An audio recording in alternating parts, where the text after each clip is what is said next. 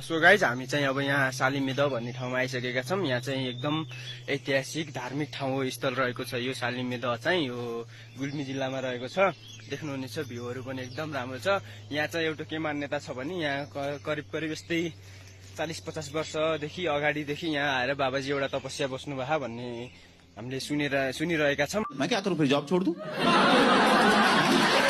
त्यो के छ अब उहाँ हामी प्रत्यक्ष चाहिँ भेट्न गइरहेका छौँ। अब म भिडियोमा देखाउँछु हजुरलाई।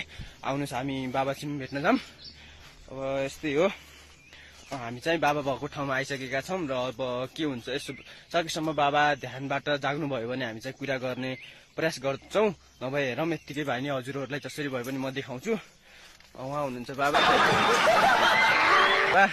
एकदम उहाँ चाहिँ आधुनिक टाइपको मोडल टाइपको हो भन्नुभयो। उहाँले चाहिँ आफ्नो ड्रेसअपलाई चाहिँ यस्तो स्थिति अनुसार बदल्नु भएको छ। लाइक पहिला त अब हुन्छ नि त्यही पहिलाकै स्थितिमा गर्नुभएको थियो। अहिले चाहिँ थोडा चेन्ज गरेर चस्मा यता हुन्छ नि त्यस्तो टाइपको हुनुहुन्छ बाबाजी।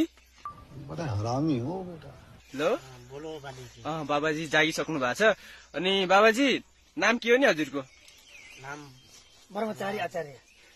बाबाजीको नाम के हुन्छ बाबु? होइन त्यही पनि अब हजुरको मुखबाटै सुन्न पाएँ। सुन्न त मैले अब त्यो बाबाजी आचार्य कुडुल्ला प्रसाद भन्ने सुनेको थिएँ के अरे।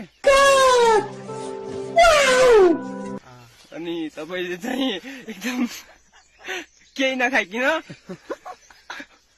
अरे बाबाजी पढ़ाई लिखाई में ध्यान लगाओ, आईएएस बनो और देश। बाबाजी के गर्नु भएको यो? बाबाजी यस्तो नि हो तपाईँले? बाबाजीको अब दवाई अब औषधि भनेकै यही हो। ए भनेपछि तपाईँले यो शिवजीको भक्त भएपछि होइन? ए हजुर हजुर यही खाएर हामी बाँच्ने, अरू केही खाँदैनौँ। मजा आया और मैं ये जो मजा है हिंदुस्तान के हर व्यक्ति को। अरू केही पनि खानुहुन्न है? खान्न। कसैले ल्याएर फलफुल केही भात तरकारी उता फाल्दिन्छ।